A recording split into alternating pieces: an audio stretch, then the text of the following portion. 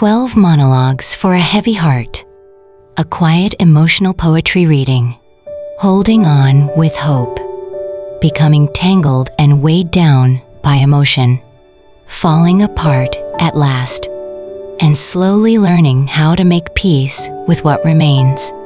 This video is a quiet emotional poetry reading featuring 12 poems that follow the movement of such a heart. Please listen with a peaceful heart. Chapter 1. A heart holding on to hope. There is still hope left, and so today, the heart still looks ahead. This chapter is the story of a heart that keeps holding on. Hope, like a child, waiting for a gift, like an adult, longing for a miracle.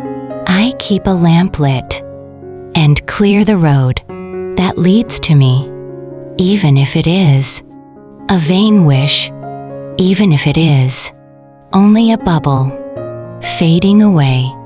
I wait and hope, wanting, wishing. I piece it together, one small piece at a time. If I keep fitting it together through the hardship, the edge of what will begin to show. A miracle, like a gift, will come to rest in these two hands. I live by expectation and smile through waiting. Running, I watch the backs of people passing by, not wanting to fall behind. I drive my feet forward with all I have, faster than my body. My heart has already run ahead. Why can't I fly? I want to pass them by. In the end, I stumble, I fall. Only then do I admit it. I am slow, I cannot fly.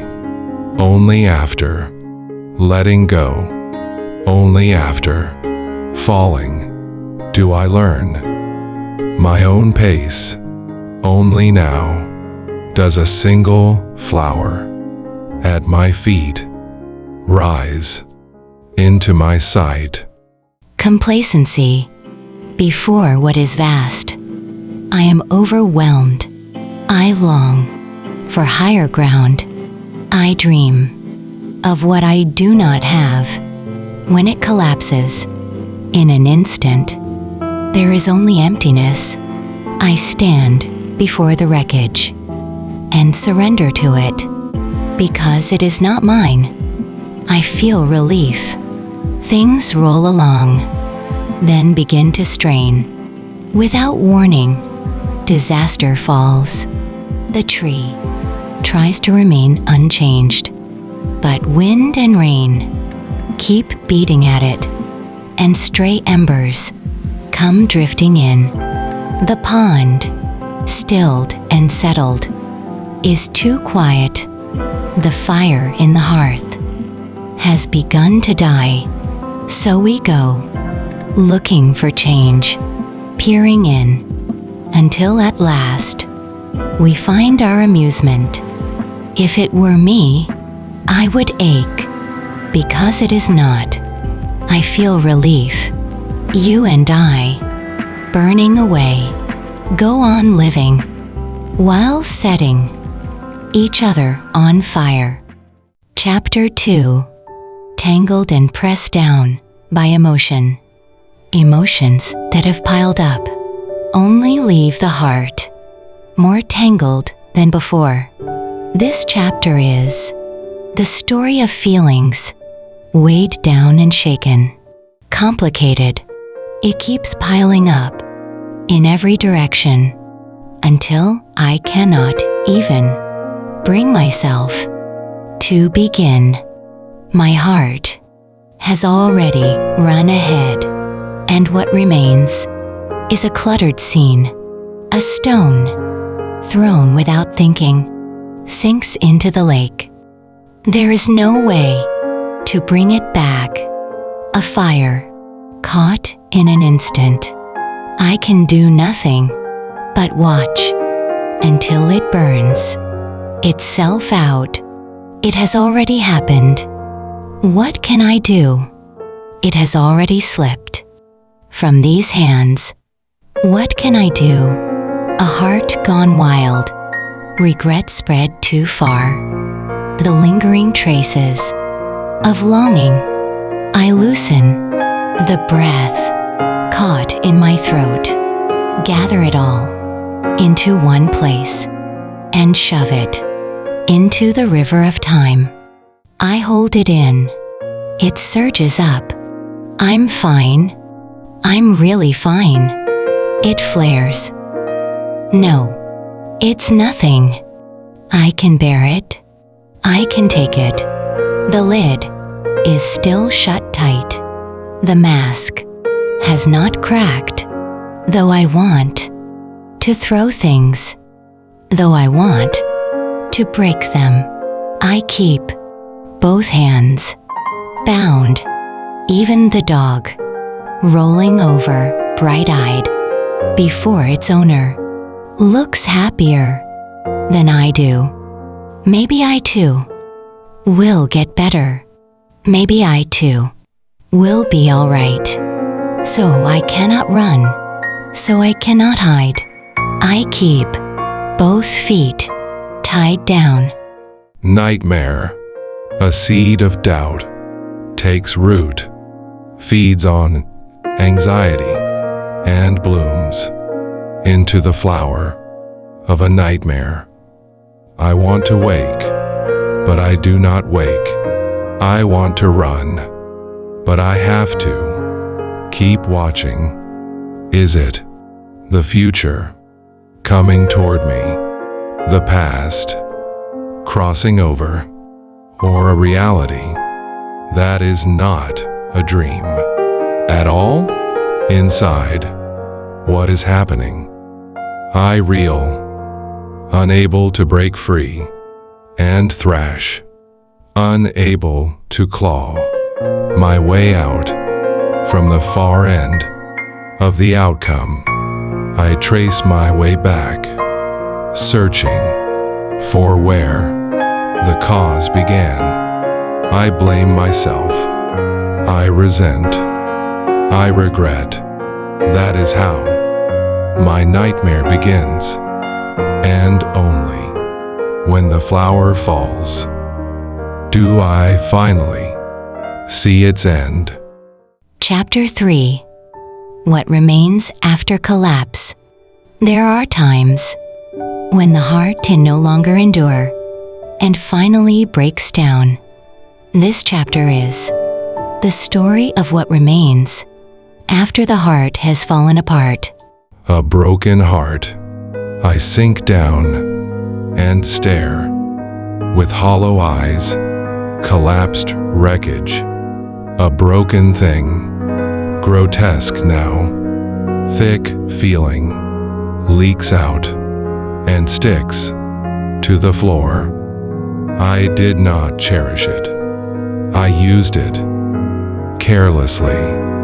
I stoop to gather it, piece by piece. I patch it back in rough seams, but it does not return to itself. Only now do I fuss over it, stroke it, pull it together with all my strength, but it does not come back.